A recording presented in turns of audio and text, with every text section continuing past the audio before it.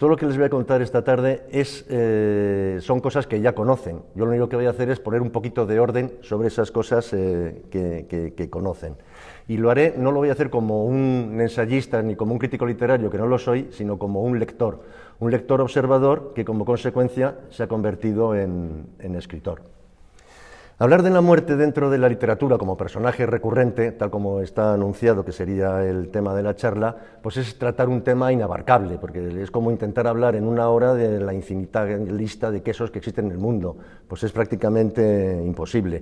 Pero incluso dentro porque claro, hay una literatura especializada en la muerte, por decirlo así, pues la literatura de criminal, la literatura de terror, la literatura de aventuras, donde la muerte normalmente es un personaje con el que hay que contar y que está más, pero incluso en la literatura que no está especializada en la muerte, ni muchísimo menos, ni uno sospecha que la muerte va a estar presente, la muerte está siempre ahí como una posibilidad, está agazapada, pasa desapercibida, pero está, y como está, en cualquier momento puede aparecer y sorprender a todo el mundo.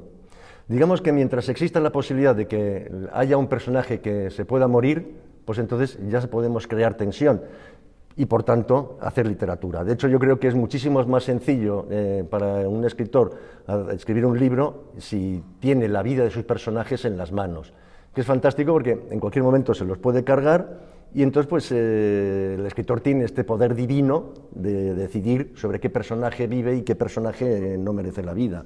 Yo alguna vez cuando he estado escribiendo, según un plan trazado más o menos, seguía ese plan, de repente me he parado a pensar, bueno, ¿y qué pasa si me cargo a este personaje, al primo de Laura que cae tan bien? ¿Qué pasa si me lo cargo?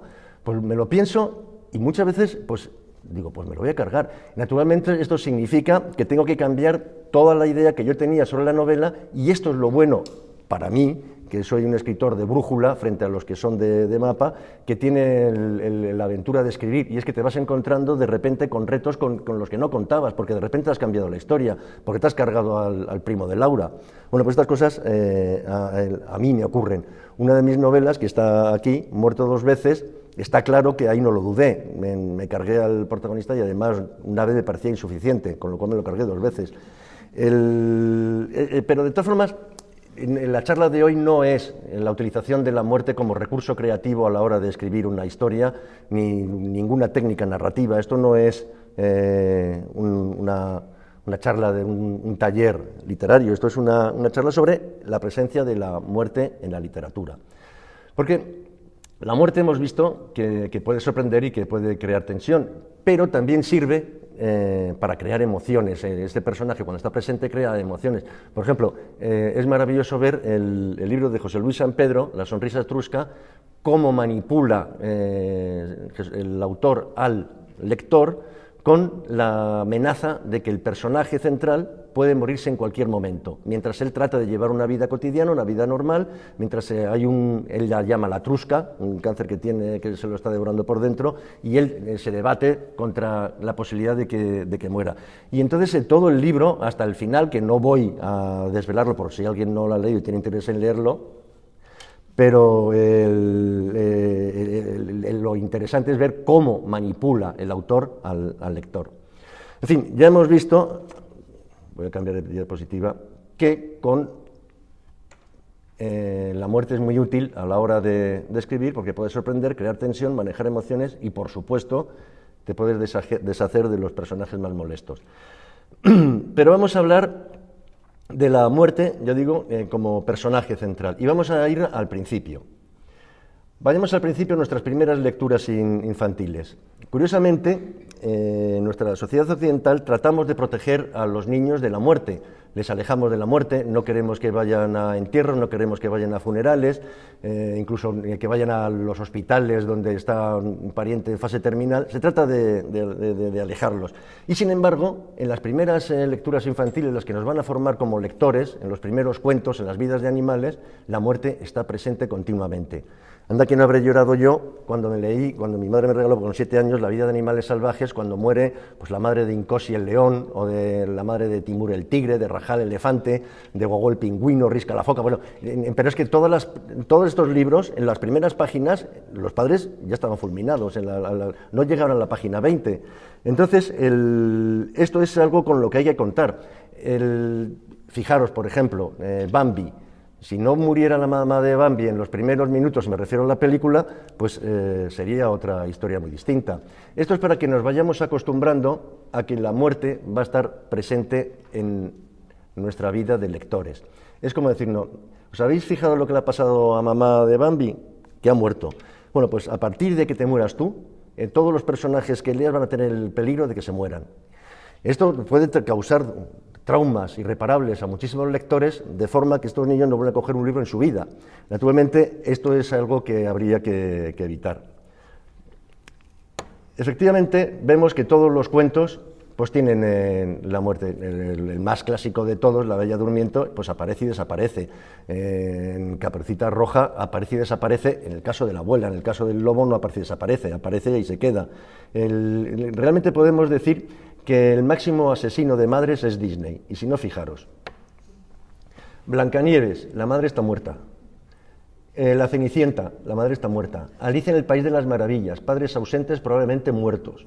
Peter Pan no solo tiene padres, además lidera una pandilla de niños perdidos, de huérfanos, probablemente todos sin padres ni madres. Esto me recuerda que precisamente los proscritos de Guillermo el Travieso, de Crumpton, que precisamente se salva y sus padres viven. La Sirenita, la madre muerta desde que aprendió a nadar. La Bella y la Bestia, madre muerta. Aladino, de él se sabe poco, pero la madre de Yasmín se sabe que está muerta. Pocahontas, madre muerta. Tarzán, padre y madre muertos. Bambi, ya sabemos. Lilo y Stitch, padre y madre muertos. Tiana y el Sapo, muertos. Enredados, en fin. Podemos ver que todos mueren, el Rey León, el padre muere, Brave. Esto es una excepción, la he marcado, ahí va, ¿qué he hecho? Aquí. Esto es una gran excepción. La Bella Durmiente, otra excepción. Entonces vemos que realmente la madre desaparece en estas historias de Walt Disney, pero no corren mejor suerte las historias de cuentos infantiles clásicos. Bueno, realmente es que casi todo lo que hace Walt Disney se inspira en los cuentos clásicos, sobre todo europeos. Entonces, pues aquí lo vemos, Hansel y Gretel, Caperucita Roja, La Cenicienta, Rapunzel, Blancanieves, La Niña de los Fósforos, Harry Potter, digamos que es el último gran éxito, también es huérfano y se va a vivir con los tíos, que este es un recurso que está muy utilizado, lo de que el niño huérfano se vaya a vivir con los tíos. Pero en todas estas cosas que vemos, que enseguida mueren los padres, yo creo que aquí hay un simbolismo, hay un mensaje que se quiere dar al joven lector. Se le está diciendo, a lo mejor el simbolismo es eso, es el paso de la infancia a la adolescencia. Y se le está diciendo que estás en un mundo de protección, pero como no muera tu madre, vas a seguir en ese muro de protección y no te vas a convertir nunca en un ser adulto capaz de resolver sus propios problemas. Entonces, este es el mensaje que se está dando, porque ¿qué es lo que ocurre una vez que ese protagonista se enfrenta a la vida de adulto porque se han muerto sus padres? Pues es cuando surge el héroe. El héroe. El héroe. Ahora. Es que no acabo, es que con esta luz me tiene un poco despistado y no veo muy bien. Entonces, pues Simba se convierte en el Rey León, no hace falta que sea un león que parece que está destinado, pues en cualquier animal, el pingüino también se convierte en el jefe de la manada. En general, el protagonista, que en un principio es un niño torpe, tímido, pues con la muerte de la madre, pues se convierte en el líder, el jefe de la pandilla, en el más listo. Digamos que la muerte tiene la recompensa para este personaje, que se convierte en un adulto admirado. Siempre es el que va a convertirse luego en líder. La muerte, dentro de la literatura, naturalmente tiene compañeros de reparto que a veces también están muy utilizados. Por ejemplo, vamos a ver si era cierto, la ambición. En este libro de George Martin, Raymond Richard Martin, pues Juego de Tronos, está claro que la ambición es una compañera inseparable de la muerte. Aquí también hay un mensaje, es decir, ojo, porque la ambición ¿a dónde te conduce? También es un compañero infatigable de la muerte, el amor. Fijaros que es que realmente las buenas novelas de amor, parece que los amantes tienen que estar destinados a pasarlo muy mal, porque si no, parece que el amor no es verdadero, si todo es disfrutar, no, tienen que pasarlo mal, y si mueren, pues todavía es casi mejor. Fijaros, esta es una escena que todo el mundo reconoce de Romeo y Julieta, que los amantes deciden suicidarse antes de estar separados, a pesar de todo esto es ya sabéis, el enfrentamiento que tenían las familias de los Montescos y los Capuletos. Aquí lo que vemos es justamente en el momento en que despierta Beatriz, porque hay un cómplice de la historia de los dos, que es Fray Lorenzo, que Beatriz no, gracias. Me acaban de dar una patada que nadie lo ha visto, afortunadamente. Julieta, que toma una pócima que le da Fray Lorenzo, que es un cómplice de la pareja, para que simule la muerte, y lo que pasa es que llega Romeo, no sabe que es de bromas, y entonces ve a su amante que ha muerto, y entonces él lo que hace es que también se suicida. Toma veneno, pero antes mata a Paris, que era el que se había casado obligada con Julieta. Bueno, no llegó a casarse porque Julieta se tomó la pócima para aparentar que estaba muerta la noche anterior. Es que hay mucho muerto, porque antes Romeo mató al primo de Julieta, qué nombre más difícil, Julieta, Teobaldo, porque Teobaldo había matado al amigo de este señor, ¿cómo se llama?, de Romeo. El primo se llamaba Mercurio. En fin, aquí mueren casi todos, pero lo más gracioso de todo es que al final de la novela los Montesco y los Capuleto hacen las paces. O sea, es para matarlos, después de la que han organizado. Luego, nosotros tenemos una historia mucho más fácil, que es Isabel y Diego, que son los amantes de Teruel, donde también lo pasan muy mal, y además aquí se introduce un recurso que también va a ser muy utilizado en las historias de amor, que es la diferencia de clases. Isabel es la hija de un rico comerciante y Diego, pues lo único que tiene es su honradez. Naturalmente intentan casarse, pero los padres se oponen, y llega un momento en que Diego le propone un plan a Isabel. Le dice, mira, espérame 5 años, que voy a hacer fortuna, y cuando vuelva nos casamos. Entonces Isabel le dice que sí, que le promete que va a esperar 5 años. 5 años en que el padre no para de darle lata para que se case. Pero Isabel dice que no. Al final se cumplen los 5 años, Isabel piensa que Diego la ha palmado en la búsqueda de la fortuna, porque se fue naturalmente, la única manera que tenía en aquel tiempo de hacer fortuna era irse a luchar contra la morería, y se fue a las guerras de Reconquista. Entonces, a los 5 años justos, Isabel se casa, y por supuesto a los 5 años justos vuelve Diego. Y entonces se da cuenta de que se ha casado, pero inasequible el desaliento, consigue meterse en la alcoba del recién matrimonio, y entonces le pide un beso a Isabel, no a su marido, que está durmiendo. Le pide un beso porque si no se va a morir. Y entonces la escena se desarrolla más o menos así. Esto hay que tener en cuenta que está escrito en un lenguaje que es imposible recordarlo. Dice, Diego despierta suavemente a Isabel y le ruega, bésame que me muero. Y ella le responde, quiera Dios que yo falte a mi marido, por la pasión de Jesucristo os suplico que busquéis a otra, que de mí no hagáis cuenta, pues si a Dios no ha complacido, tampoco ha de complacerme a mí. Él dijo otra vez, bésame que me muero. Ella volvió a contestar, no quiero. Entonces él cayó muerto. Naturalmente, esto lo que deja bien claro es, primero, que era un hombre de palabra. Dijo, a los 5 años vuelvo, y volvió clavado. Dijo, o me besas o me muero, no la besó y se murió. ¿Qué es lo que ocurre? Que Isabel se queda así y dice, jope, esto sí que ha sido fuerte. Entonces despierta. Ahora, a partir de ahora, la historia toma unos carices que son realmente chocantes. Esto es auténtico, me imagino que habrá mucha gente que haya leído esta novela. Lo voy a contar porque más o menos se desarrolla así. Isabel despierta a su marido y le dice, oye, que estabas roncando y, en fin, me has asustado, cuéntame algo, porque para ver si se me pasa el susto. Y entonces el marido, el hombre, pues le cuenta lo primero que le pasa por la cabeza. Entonces Isabel le dice, vale, ahora me toca a mí, vas a ver. Y le cuenta lo que acaba de pasar. Y le dice, y mira, y le enseña que está ahí Diego muerto. Entonces, naturalmente, el marido se lleva un respingo y le dice, pero hombre, mujer, ¿cómo has hecho eso? Tenías que haber besado a la criatura. Y entonces Isabel dice, no, porque primero está mi virtud, y yo no puedo besar a nadie que no sea mi esposo. Entonces, naturalmente, el marido no tiene más remedio que alabar la actitud de ejemplar honradez de su mujer. Pero el caso es que tiene un muerto ahí. Y dice, bueno, pues ahora nos tenemos que deshacer del muerto. Y no se les ocurre otra cosa que llevarlo a casa de los padres, que también vaya cuajo. Total, que consiguen que la familia no se entere, y entonces al día siguiente pues está el cuerpo de Diego en la iglesia de San Pedro, y entonces a Isabel entra un rum rum, y dice, joder, yo por lo menos le voy a dar un beso, este chico se lo merece. Y entonces va a la iglesia de San Pedro y descubre la cara que la tiene amortajada y le da un beso. No sabemos qué tipo de beso le da, el caso es que ella cae muerta, fulminada, también se muere.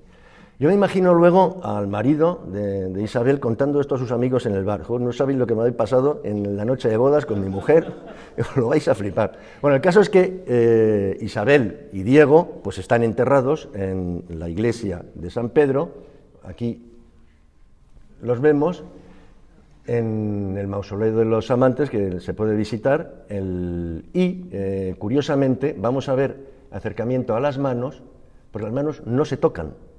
Están en contacto, pero no se tocan. Supongo que el escultor, que es Juan de Ávalos y Taborda, pues habrá buscado un simbolismo de que no llegó a materializarse el amor de esta pareja tan desdichada. Por cierto, Juan de Ávalos os sonará porque es el que hizo el grupo escultórico del Valle de los Caídos. Curiosamente, contra todo pronóstico, porque fue un depurado de la guerra, él perteneció al Partido Socialista, entonces es una cosa curiosísima. Esta historia de Diego e Isabel, como estábamos hablando de la muerte dentro de la literatura, vemos que tiene realmente una buena serie de autores que la han escrito. Antonio Serón, Juan Pérez de Montalbán, Andrés Rey de la Tierra, Tirso de Molina, Tomás Bretón, Arcen Buch y Mariano Miguel del Val. Como historias de la muerte y el amor que van juntos en la misma historia, pues naturalmente no podemos dejar de hablar de Ana Karenina, de Tolstoy. Esto sí que lo voy a resumir rápidamente porque son 1000 páginas o por ahí. Ana Karenina se acaba suicidando en la estación donde se arroja al tren donde conoció al conde Bronsky, porque ella estaba casada con su marido, que era un funcionario, un alto funcionario con el que se aburría bastante.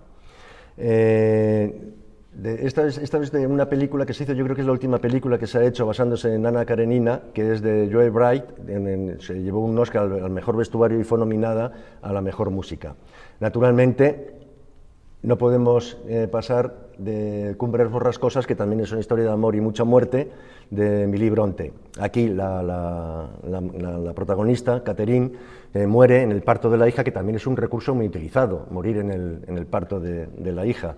Como cosa curiosa, la hermana de Emily, Charlotte Bronte, es la que escribió Jane Eyre, que es una novela de lectura obligada en los colegios ingleses. Orgullo y prejuicio también forma parte de estos grandes ejemplares de amor y muerte, que es de Jane Austen, y precisamente de Orgullo y prejuicio lo he sacado porque quería contar una anécdota de Jane Austen con cierta malicia, que era lo que opinaba Mark Twain, lo que disfrutaba Mark Twain, ridiculizando el trabajo de Jane Austen. Decía que la mejor biblioteca del mundo debería ser aquella que no tuviese ningún libro de esta señora. En fin, no creo que caiga muy bien a los ingleses.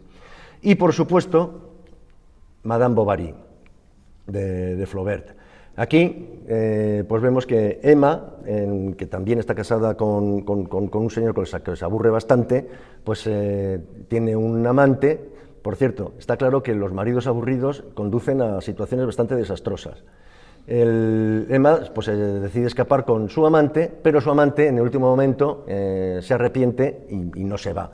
Entonces Emma pues, se cae enferma, lo cual no la desanima para buscarse otro amante, y además pues, se endeuda en un montón entra en problemas de dinero, y al final se suicida con arsénico. El marido, el doctor Bovary, pues tiene que hacer frente a las deudas, que son muchísimas, y al final pues también muere. Y naturalmente esta historia para terminar de ser ya rematadamente triste, pues resulta que la hija de ambas pues muere, no muere, pero está en la indigencia, se tiene que ir a vivir con una tía y acaba pues en un telar de algodón o algo por el estilo. En fin, todo bastante desastroso, porque parece que es de lo que estábamos hablando, que como compañeros de la muerte, pues no hay nada que buscar, no hay nada mejor que buscar compañeros en fin, que acompañen al luto. Pero estábamos hablando de que la muerte nos acompaña a nosotros desde que, porque todo empezaba cuando leemos nuestras primeras lecturas infantiles, los primeros cuentos y las historias de animales y cuentos, pero no solamente está con nosotros cuando somos niños como individuos, también cuando somos niños como especie lectora. Entonces, vemos que las primeras narraciones escritas en nuestra historia ya incorporan a la muerte entre sus páginas. La epopeya de Gilgamesh, que está escrito hace casi 4000 años, pues, que es de la cultura sumeria en Mesopotamia, pues habla de la muerte y de su opuesto, la inmortalidad, porque no olvidemos que lo opuesto de la muerte, más que la vida, que también es la inmortalidad. Entonces, aquí vemos a Gilgamesh, y este señor de aquí es Enkidu. ¿Sabéis quién era Enkidu? Marcos dice que sí porque es una persona que me imagino que dentro de su arte, de la historia del arte, lo habrá visto en montones de representaciones. Enkidu, porque la historia de Gilgamesh es el rey de Uruk que tenía unos súbditos que se quejaron a los dioses porque la gran lujuria desenfrenada del rey de Gilgamesh pues hacía que pues, no tenía límite y entonces raptaba a todas las mujeres toda la ciudadanía, y entonces los ciudadanos se quejaron a los dioses entendieron perfectamente las quejas, sobre todo por la naturaleza de las quejas, ya sabemos que los dioses pues, están un poquito en contra de la lujuria, y entonces crearon a Enkidu, que es el hombre de las tierras altas, el salvaje, para que luchara con Gilgamesh y le venciera. Y así que tuviera un escarmiento luchando. Pero empiezan a pelear, y en vez de matarse uno a otro, lo que hacen es que se hacen grandes amigos. Tan amigos que empiezan a recorrer el mundo juntos, juntos matan al gran gigante Umbaba, juntos matan al toro de los dioses entonces se cabrean, ya sabemos que es muy fácil cabrear a los dioses, y si hay alguna duda, podéis leer La condena de Ymir, que es un gran libro que habla precisamente del mosqueo que tiene este dios, Ymir, de una autora fantástica, Perry Worcester. Entonces, el caso es que los dioses se enfadan, y ¿qué es lo que hacen? Le mandan la muerte a Enkidu, y Enkidu muere, y su amigo Gilgamesh le llora mucho. Entonces, a partir de aquí, lo que va a hacer Gilgamesh es buscar la inmortalidad. Y este va a ser un libro de viajes buscando la inmortalidad. Buscando la inmortalidad va a llegar a confines del mundo, donde se va a encontrar al sabio Utnapishtim, que es uno de los sobrevivientes, junto con su mujer, del diluvio universal. Este sabio, Utnapishtim, pues le estaban hablando, le saludan, pues yo qué sé, lo que hacen, pues lo típico, cosas de sabios. Y entonces, pues el caso es que Gilgamesh pues sigue su viaje, y según los consejos que le había dado Utnapishtim, encuentra la planta de la inmortalidad, la planta que le devuelve la juventud. Pero qué mala suerte, llega una serpiente y se la roba. Es la primera vez que aparece ya una serpiente en la mitología, que no será la última, y todos sabemos qué serpiente tenemos en la cabeza. El caso es que llega Utnapishtim a su pueblo convencido de que es inútil seguir buscando la inmortalidad, que eso es propio solamente de los dioses, y entonces pues queda resignado. El libro este de Gilgamesh, aparte de hablar de la búsqueda de la inmortalidad, que ya es una obsesión, como vemos en la primera en historia escrita en la humanidad, se habla de la muerte y la inmortalidad, pues habla también de la familia, de la amistad, de los deberes de un rey. El Borges dijo que este libro no solamente es la primera historia escrita del testimonio de las historias escritas en la humanidad, sino que probablemente ya contenga todo lo que se escribió después. Aquí podemos ver, y cualquiera que sepa escritura cuneiforme y sobre todo tenga buena vista, que esto pertenece a la epopeya de Gilgamesh, naturalmente está en el British Museum. Ahora vamos a ver La verdad es que no sé muy bien. Ah, sí, claro. No tan, un poquito más reciente, no demasiado más reciente, pues tenemos el libro de los muertos, que ya lo dice todo. Bueno, realmente el libro de los muertos, según los egiptólogos, la traducción exacta es el libro de la salida al día o el libro de la emergencia de la luz. Este libro, como sabemos, es una guía de instrucciones para los difuntos, para que pasen el Laduat, que es el inframundo, y consigan llegar con éxito al Aru, que es el paraíso. Aru significa terreno plano, que es nuestro Edén. Edén, por supuesto, por cierto, es una palabra sumeria que significa lo mismo, campiña. Entonces, consiste en esto, es una serie de instrucciones para que el espíritu pueda pasar por el inframundo, sorteando todos los peligros que ahí le acechan y consiga llegar al paraíso. De no tener esta guía del viajero muerto, perderse está prácticamente garantizado. Estos papiros, perdón, este pertenece a un papiro, pero no siempre estaba en papiros. El libro de los muertos muchas veces estaba escrito en las tumbas, en las paredes de las tumbas, en la sala funeraria, de forma que el muerto tampoco tenía que esforzarse mucho para encontrar esa guía, simplemente echar un vistazo a su alrededor. Digamos que aquí ya estaba el mensaje de McLuhan, que es el medio, está el mensaje, el medio es el mensaje. El papiro de Ani es el que está mejor conservado, que este es un trozo de este papiro que tiene 24 metros y está en el British Museum. Ani era un personaje importante en la corte del faraón, su mujer también era un personaje importante, se llamaba Lulu, era una sacerdotisa del templo de Tebas, y entonces digamos que tenían derecho a tener un libro de los muertos, porque esto no estaba al alcance, sabemos que como en todas las sociedades jerarquizadas no estaba al alcance de todo el mundo.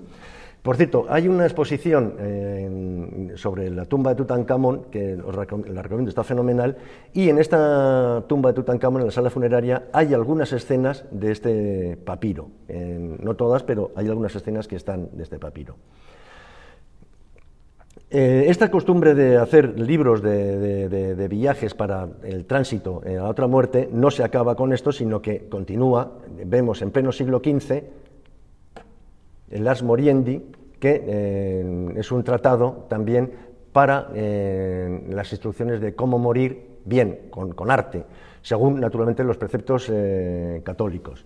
Esto se escribió en el siglo XV, sobre todo probablemente porque en esa época había una epidemia de peste, y entonces había muchísimos muertos y no había manera de pararlo, que bueno, ya que se va a morir la mitad de la población, por lo menos que tengan un consuelo de que, en fin, cómo encontrar la otra vida. El Ars Moriendi se tradujo a casi todos los idiomas europeos, lo cual es chocante porque nadie sabía leer. Pero precisamente para paliar esto que nadie sabía leer estaba lleno de ilustraciones, y las ilustraciones indicaban qué es lo que había que hacer. Había dos versiones, la versión larga y la versión corta. En ambas tenían 6 capítulos, y entonces pues el primer capítulo estaba dedicado a que esto de morirse no está tan malo, era un poquito reconfortante, era buscar el lado bueno de las cosas. En el segundo capítulo era recordar los pecados que había que evitar en el momento de la muerte, para asegurar el que ibas a ir al paraíso. Pues naturalmente la impaciencia, no, eso no tienes que ser impaciente. La soberbia, no tienes que ser soberbio. Este tipo de guías para que el muerto muriera en paz de Dios. El tercero y el cuarto pues eran hablando del poder redentor de Cristo. El quinto era más bien dirigido a los familiares del difunto para que tuviesen fortaleza y afrontar la muerte. Y el sexto pues era oración, despedida y muerte. Era la última oración que se le daba al Señor que se iba a morir. Esto es lo que vemos, es cómo ha acompañado la muerte en la literatura desde los inicios. Nuestras primeras lecturas infantiles, desde nuestras primeras lecturas en general, pero hablando de la muerte en la literatura no podemos dejar de hablar de 3 apartados que voy a procurar hacerlos muy rápidos porque sé que tenéis cierta prisa. El primero, la novela gótica. La novela gótica es que el personaje principal es la muerte. No se entendería la muerte de la novela gótica si no estuviese ahí, la muerte rondando. La novela gótica hizo su aparición en el siglo de las luces y fue una reacción emocional, estética y filosófica al racionalismo del enciclopedismo. El primer, pero por cierto, fue realmente un hito. Un hito. A partir de esto se puso de moda escribir novelas de novela gótica, y hasta esta aparición de esta moda realmente no se puede hablar de que existiera la novela de terror tal como la entendemos ahora. Era otra cosa, no era tal como la entendemos ahora. La primera novela considerada gótica es El Castillo de Otranto, de Horace Walpole, escrita en 1764, y supuso un hito, un antes y un después, y se puso de moda hasta todo el final del siglo XVIII y principio del XIX, y como veremos ha seguido manteniéndose, porque esto es lo bueno que tiene la literatura, que un género, protogénero o metagénero se va amalgando con otro, de forma que van sufriendo evoluciones, de forma que no son casillas. No es como el sistema periódico. El sistema periódico, en el momento que un elemento tiene un protón de más o un neutrón de menos, ya es una cosa distinta. En la literatura no, en la literatura pues puede haber una moda que se va derivando, se va evolucionando, y lo que empezó siendo una novela que lo normal era utilizar esqueletos y fantasmas, pues al final pues llegamos al terror psicológico, en fin, hay una evolución. Pero dentro de la novela gótica, ¿qué es lo que distingue a la novela gótica con el resto de las novelas de terror? Pues hay un ensayista, César Fuentes Rodríguez, que ha hecho una sabísima análisis, y estos son los elementos principales. Los lugares antiguos para la trama pues son ambientes románticos, paisajes sombríos, en fin, todo lo que vemos aquí, pues hay criptas, monasterios. Esto, si veis las ilustraciones de Piranesi, pues veréis que no solamente tiene arquitecturas fantásticas, sino que muchas de sus ilustraciones, de sus grabados, pues realmente representan estos paisajes tortuosos, románticos, son ruinas comidas por la maleza, en fin, es todo muy interesante. Hubo una exposición de Piranesi en la Biblioteca Nacional que yo fui, y la verdad es que era interesantísimo. Este señor, por cierto, desde que se levantaba hasta que se acostaba, no debía hacer otra cosa más que hacer ilustraciones, porque había 1000, 2000, 3000, y cada ilustración de esta yo me imagino que llevaría un tiempo.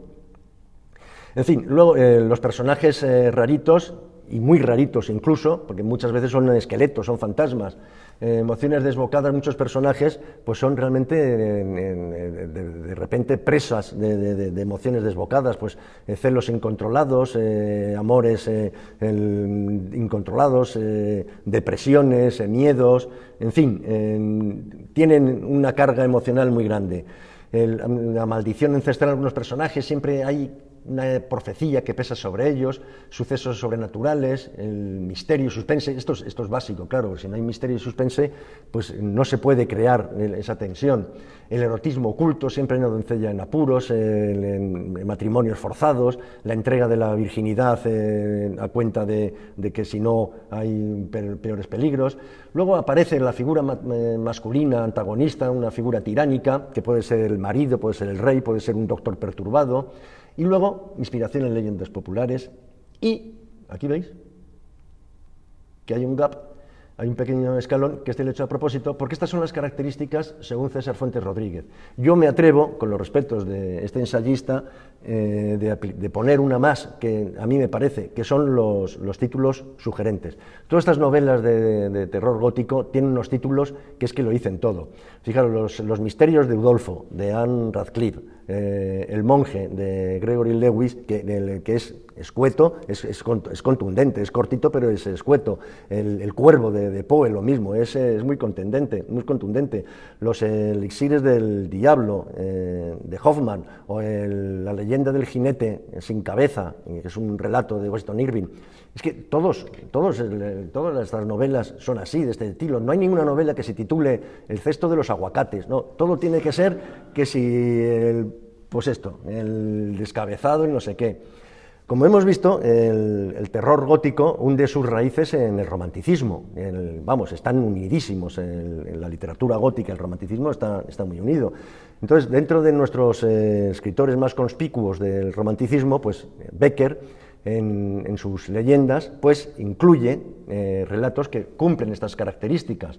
Pues el Maese Pérez el organista, el Monte de las Ánimas, el Miserere, en fin, creo que está claro todo esto. ¿Cuáles son títulos que podemos ver para así rápido? Pues naturalmente de Bram Stoker, pues tenemos el pasadizo de las serpientes, el entierro de los, por cierto, bueno, sí, el entierro de esto, pero la novela básica de Stoker, voy a echar para atrás, el Conde Drácula, es que fijaros que clava todo. Lugares antiguos para la trama de ambientes románticos, pues fíjate, el castillo de Drácula en los Cárpatos. Personajes raritos, pues está bastante claro. Emociones desbocadas, pues yo creo que también. Maldición ancestral, pues sin ninguna duda, porque el conde Drácula pues tiene una maldición. Y si utilizamos la posible fuente de inspiración, que era el Vlad el Emperador, pues ya sabemos que tiene una maldición. Sucesos sobrenaturales, pues está clarísimo. El misterio, suspense también. Erotismo oculto. Está claro, las vampiresas, cuando va este joven abogado a ver al castillo de Drácula, en la primera noche ya está atacado por vampiresas. El antagonista, pues también inspiración en leyes populares, por lo que acabamos de decir de Vlad el Emperador. En fin, creo que lo cumple sobradamente. Estábamos viendo ejemplos, pues también Herman Melville, Mary Shelley con Frankenstein, Edgar Allan Poe, por supuesto, El Pozo y el Péndulo. Fijaros que son todos de este terror, ya incluso la ilustración, no sé de qué editorial será esto, la ilustración ya nos lleva a ese mundo. Tenemos Nathaniel Hawthorne, La casa de los siete tejados, La letra escarlata, Herman Melville, Víctor Hugo. Por cierto, con Víctor Hugo, que voy a contar una anécdota que es muy breve, que ahora está todo de moda en poner mensajes súper breves simplemente con un emoticón, pero el precursor fue Víctor Hugo, porque cuando escribió Los Miserables, pues él no estaba cuando se iba a editar en ese momento en París, estaba de viaje donde fuera, y entonces le puso un cable a su editor para preguntar qué tal había ido la tirada, el lanzamiento, y entonces simplemente le puso una interrogación. Y entonces el editor, que había sido un exitazo el lanzamiento, le contestó con una admiración. Entonces digamos que estos son los mensajes más escuetos de la historia de los mensajes. Ahora hay un caso poco conocido que es el castillo de los Cárpatos de Julio Verne. Julio Verne, pues el maestro de las aventuras, iniciador de la ciencia ficción y el visionario de futuros, de inventos futuros, pues escribió un libro que encaja perfectamente con la novela gótica. El título, volvemos a decirlo, es que ya lo dice todo: Castillo, Cárpatos. Los Cárpatos es en los montes donde estaba el conde Drácula. Además, la historia pues también lo dice todo. Tenemos, no voy a contar el argumento porque es un poco largo, pero vamos, existe la doncella en apuros, que es una cantante de óperas, existe el noble malvado, que es el barón Gord, que además tiene asistido por un criado, que es Orfanic, que naturalmente este criado es inventor, porque estamos hablando de un libro de Julio Verne, entonces Orfanic tiene que ser inventor. Y luego, naturalmente, a un héroe dispuesto a morir de amor por salvar a su amada, que no la salva, Estila. Entonces, vamos a ver, de la misma forma que, basándose en toda la abundancia de libros de caballería, ¿os acordáis? Cervantes escribió El Quijote, que es un poquito de una forma de tratar con ironía, con humor, el género, pues Oscar Wilde hizo lo mismo con la novela gótica y escribió un poquito en tono de humor El fantasma de Canterville. Entonces, esto va evolucionando, porque Oscar Wilde murió en 1900, es decir, que esto ya está avanzando. Entonces esto va avanzando y entonces, como ya dijimos antes, me he pasado, y entonces llegamos ya al principio de las primeras décadas del siglo XX y nos encontramos con Lovecraft, que es el maestro del horror cósmico, que ya tiene un humor evolucionado, pero coge parte un humor, madre mía, un terror, coge parte del terror gótico y lo funde con nada menos que con la ciencia ficción contemporánea de las primeras décadas del siglo XX. Entonces nos acordamos de los mitos de Tulu, de horror cósmico, donde se supone que debajo de la realidad cotidiana existe un mundo de terror donde los grandes monstruos acechan a la humanidad y en fin, ahí hay una... Por cierto, Lovecraft, todos estos monstruos que se inventa, todos estos dioses que se inventa, nacen de sus propios miedos. Lovecraft era un señor realmente miedoso, tenía miedo a todo, tenía miedo a los vegetales, tenía miedo a la oscuridad, tenía miedo a la luz, tenía miedo a los espacios abiertos, también a los cerrados. Era muy fóbico, tenía fobias de todo tipo. Voy a hacer un pequeño paso lateral, porque Lovecraft no podemos hablar de él sin mencionar el Necronomicon, un libro que se inventó él, cuya existencia no ha sido nunca real, pero que él, para darle mayor verosimilitud, no paraba de citarlo en un montón de libros suyos. Incluso él hablaba que un papa, Gregorio no sé cuánto, lo llegó a prohibir en la Edad Media. También muchos escritores lovecraftianos fueron cómplices en esta forma de darle verosimilitud y lo incluían en algunos de sus relatos. El Necronomicon realmente, y también es una cosa que él decía, fue la traducción del primer libro que se llamaba Az-Aziz, que estaba escrito por el sabio Alarez, que, me vais a perdonar, pero me parece que me he saltado no me he saltado nada, está bien. Y entonces Al-Aziz es el sonido nocturno en el desierto, que es el sonido que hacen los insectos, que los habitantes lo llaman el aullido del diablo. Entonces fue traducido al griego como el Necronomicon. Él incluso habla, Lovecraft, para darle mayor verosimilitud, de los 4 únicos ejemplares que existen, que uno es en la biblioteca de Harvard, otro es uno en la Universidad de Harvard, otro en la biblioteca de París, otro está en Buenos Aires y otro en una universidad de Massachusetts, de una ciudad de Massachusetts que no existe ni la ciudad ni la universidad, todo está inventado. Incluso, esto ya no sé si será cierto, se habla de que un estudiante en California incluyó una ficha técnica en la biblioteca haciendo referencia a este libro. Y también se dice que el propio Borges lo hizo también en la biblioteca de Buenos Aires. Esto ya cuesta más trabajo creerlo porque Borges no se llevaba muy bien, no tenía muy buena opinión de Lovecraft. En fin, ahí lo dejamos. No lo dejamos. Esto es la portada de unas ilustraciones de Giggers. Sabéis todos quién es este artista, sobre todo los que hayáis visto Alien, la película de Alien, que lo divertido es el número de ejemplares de esta edición, que fue exactamente 666, el número de la bestia.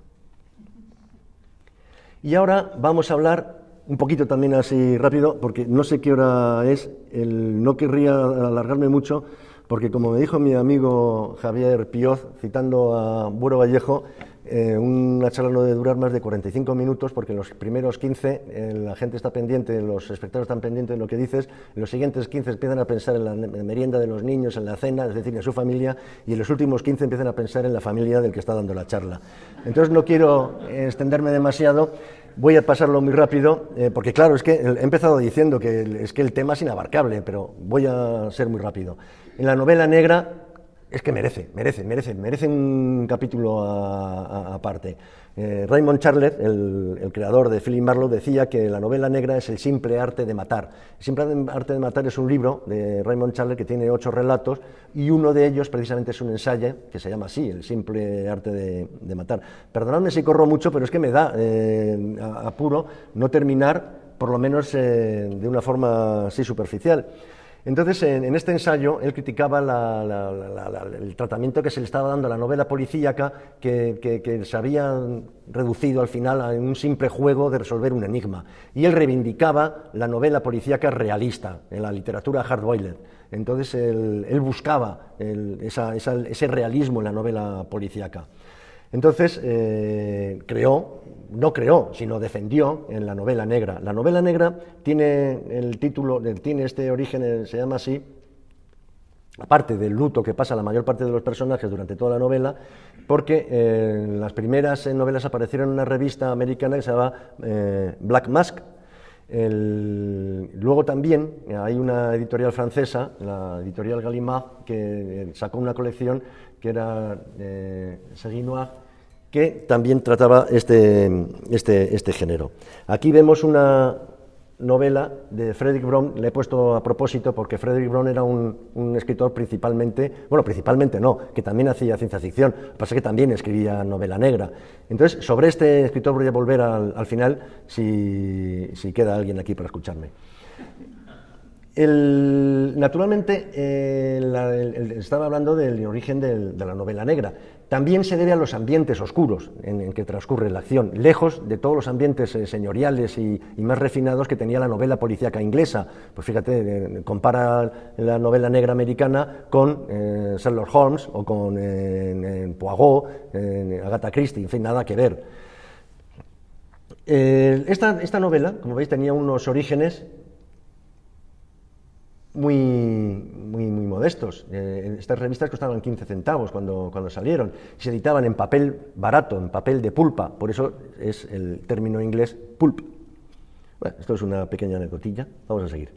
¿Qué es lo que une a las novelas negras? Pues la atmósfera es asfixiante, el público lector en general es un público popular, un público trabajador, y entonces pues el lenguaje utilizado pues naturalmente no tiene giros retóricos, no tiene florituras, los ambientes pues están de acuerdo de forma que a este público popular le resulte lógico encontrarse con esos ambientes, no hay palacios, son ambientes que se encuentran en su barrio, son incluso marginales. La acción es rápida, violenta, la división moral entre los malos y los buenos tampoco está tan clara, porque incluso los buenos a veces tienen un código moral que no es muy aceptable. Comparad esto una vez más con lo que vemos en la novela policíaca de inglesa, con Agatha Christie.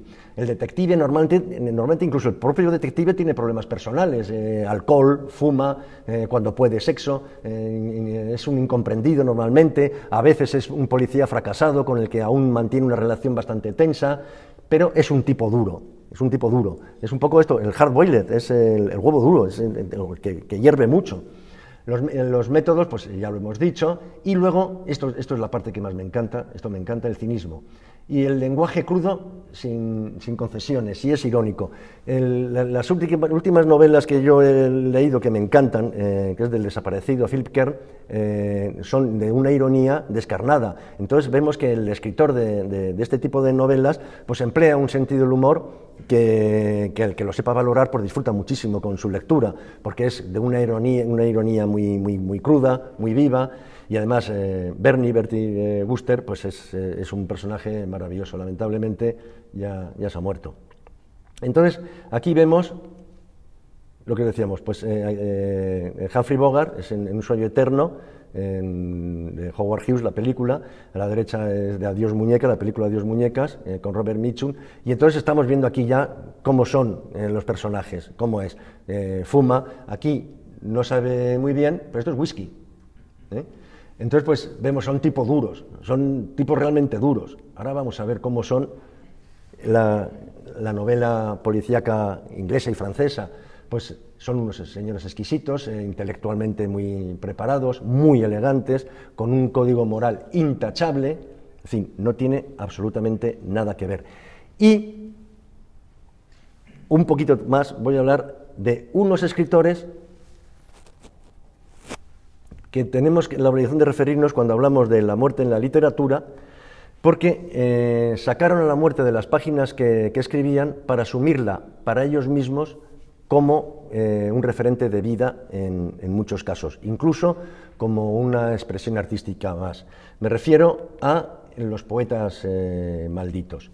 Los poetas malditos, para ellos, para muchos de ellos, la muerte podía ser su obra culmen. Entonces buscaban una forma de dejar este mundo que fuera literaria, el broche de oro a una vida dedicada a una poesía disidente, irreverente y normalmente inaceptada por la sociedad. Los poetas malditos pues, eran gente que eran muy autotorturadas, buscaban la autodestrucción, abusaban de las drogas, del alcohol, sobre todo del absenta en Francia. Rimbaud estaba todo el día con la absenta. Tenían un sistema estético alternativo, encontraban belleza en el llanto, en la tristeza, en la muerte, en la oscuridad. Normalmente eran gente incomprendida, no tenían éxito en la mayor parte de los casos. Luego buscaban mucho la metafísica, eran muy trascendentales, buscaban la justificación de la existencia, de la vida humana, de por qué estaban vivos. Y por eso muchas veces la muerte era una parte más en su búsqueda de la realización artística. Y luego tenían textos bastante oscuros. Nada más tenemos que ver, por ejemplo, los cantos de Maldoror, del conde de Lautréamont, que era el arcángel del mal luchando contra el creador. La nomenclatura de poetas malditos la introdujo Verlaine en un libro que se llamaba así, Los poetas malditos, editado en 1888. Bueno, realmente se editó 4 o 5 años antes, pero la edición final corregida fue en el año 1888, donde salían una serie de poetas, Mallarmé, Corbière, Baudelaire, Rimbaud, que él conocía la mayor parte de ellos, no sé si eran 8 o 9 poetas, y los llamó así, el libro se llamaba así, Poetas malditos. Por cierto, en una de las poesías que abre uno de los primeros cantos de Las flores del mal de Baudelaire, se llama Bendito, también como cosa curioso. Baudelaire, que es conocidísimo por Les fleurs du mal, además, él era crítico y ensayista de arte, y curiosamente, hace una semana por ahí, buscando documentación para esta charla, que lamentablemente no voy a poder dar ni la mitad, que le vamos a hacer, pues me encontré con un libro de Baudelaire que era sobre arte y crítica de arte, que era El pintor en la vida moderna, y en este libro saqué una frase que me parece que ya lo retrata todo, el espíritu de Baudelaire y de todos los que estaban en esta pléyade de poetas, que es: la risa es satánica, luego es profundamente humana. A mí me parece maravilloso. La vida de Verlaine, que es el que escribió esta, pues también fue una complicación continua. Abandonó a su mujer y a su hija por irse con el jovencísimo Rimbaud, con el que tuvo una relación bastante tortuosa, llegó incluso a dispararle y fue encarcelado por eso. Luego Rimbaud se fue a Francia y fue traficante de armas, en fin, África he dicho, ¿no? ¿A dónde? No, quería decir África, perdón, a Francia, joder, a África, efectivamente. Vemos que la muerte, acompañada de estos poetas, y en muchos casos la han buscado de forma desesperada. Tenemos el caso de José Antonio Asunción Silva, que este es un caso curiosísimo, porque fue al médico, que era amigo suyo, y le dijo: mira, es que yo no noto el corazón, no me noto el corazón. Y el médico le dijo: ¿cómo, qué tonterías? Claro que tienes el corazón. Dice: oye, ¿te importaría marcarme exactamente dónde lo tengo para ver si cuando yo no lo note, así me calmo, pongo la mano y ya me tranquilizo? Y entonces su amigo le dijo: vale, no te preocupes, y le puso un punto donde estaba el corazón. Naturalmente lo que hizo fue dibujar una diana, porque en cuanto llegó a su casa se cerrajó un tiro exactamente ahí. Claramente aquí no se sabe si no quería fallar o realmente quería hacer eso, un poquito de arte en su muerte. Hay otro poeta, que no me acuerdo, que este ya es reciente, no pertenece a esta época, que se suicidó en el Museo del Prado, también es una especie de performance. Dentro de los poetas españoles, pero Luis de Gálvez, que sale en Las máscaras del héroe, es un poeta que dicen que yo me leí el libro hace mucho tiempo y aquello me impresionó, que se paseaba por los cafés de Madrid con una caja de zapatos donde en su interior estaba un bebé, que era su hijo. Entonces, pues también es una forma de tener una extraña relación con la muerte. Pero este señor sí consiguió tener una muerte distinta, porque luego, cuando llegó la Guerra Civil Española, se metió en grupos marxistas y anarquistas, y cuando terminó la contienda, pues le fusilaron, con lo cual consiguió lo que pretendía, en cierto modo. Si vamos a Byron, a Lord Byron, que es un poeta romántico, como sabemos, pues es considerado como un antecedente de lo que luego fue el malditismo, un antecedente. Lord Byron buscó una muerte que fuera digna de una historia épica, donde el que muriera, el personaje, tenía que morir con gloria y con honor. Naturalmente, ese personaje era él mismo, y entonces se apuntó a la lucha contra los turcos otomanos a favor de los griegos, y fue en Missolonghi, se puso a favor de los griegos en 1823 para luchar contra los turcos.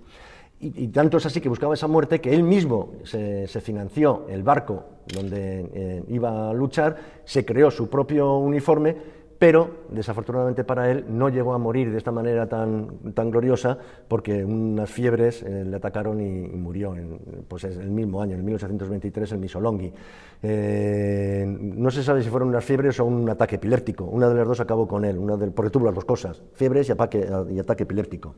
El ataque epiléptico provocado por el abuso que tenía de las bebidas y todo esto. Aún así, Lord Byron está admirado y es admirado y le adoran los griegos, porque él fue enemigo de Lord Elgin, que Lord Elgin es el que despojó el Partenón y se lo llevó todo al British Museum. En fin, esto es, voy a pasar rápido, y ya lo último, no se puede hablar de la muerte sin hablar naturalmente de la obra culmen, que es la Divina Comedia de Dante. Realmente la Divina Comedia se llama La Comedia. Lo de la Divina se lo puso su biógrafo, Boccaccio, porque el título que puso Dante era La Comedia. Como sabemos, es un viaje de Dante acompañado por el poeta Virgilio a través del infierno, del purgatorio y finalmente en el paraíso. Y ahora hay una parte interesante que es lo que más me ha sorprendido a mí, y es que este viaje, ya sabemos que es un viaje simbólico.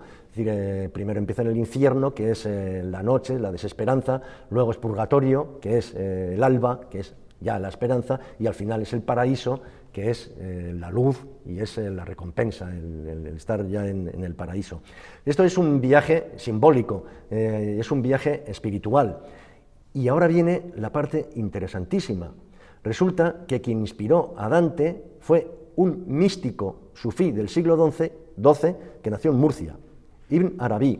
Y este señor fue en el que se basó Dante para toda su espiritual, la espiritualidad que tiene.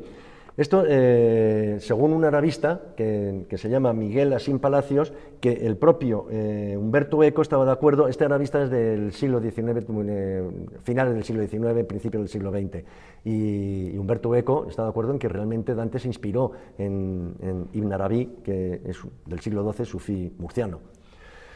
En fin, la obra de Dante ya sabemos que ha sido fuente de inspiración para un montón de ilustradores: Dalí, Doré, Botticelli, Moebius, pero a mí me gustaría resaltar a uno en particular, que es William Blake, que también tiene cierto malditismo alrededor de él, que no llegó a terminar las ilustraciones de la Divina Comedia, pero llegó a completar 100 láminas, y la diferencia con las otras, y a diferencia de las descripciones que tiene Dante del purgatorio, en el que aparecen grandes monstruos, el dios colérico, demonios terribles, los dibujos de William Blake no son tan terribles, los demonios no son tan malos ni son tan amenazantes. No voy a decir que sean buenos, pero tienen una cara más inocente, está fuera de esa cosmovisión católica, grecorromana, que todo es terrible. Aquí parece que está todo un poquito más dulcificado. En fin, esto es todo lo que quería decirles. Únicamente para terminar, cuando dije a mis amigos que ahora sois todos, incluso los que no os he visto nunca, a partir de ahora, los que estáis aquí, que iba a dar una charla sobre la muerte en la literatura, muchos me entendieron la muerte de la literatura. Y no, sobre eso podemos estar tranquilos, porque la literatura no va a morir jamás, siempre va a acompañar hasta el último hombre que esté en la tierra.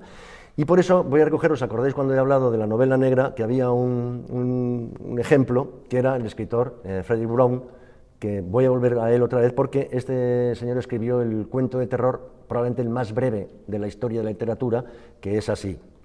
Estaba el último hombre en la tierra, en su casa, cuando de repente sonó el teléfono. Es un final literario, y esto es la demostración de que la literatura va a estar hasta que esté el último hombre sobre la tierra. Y nada más, muchísimas gracias.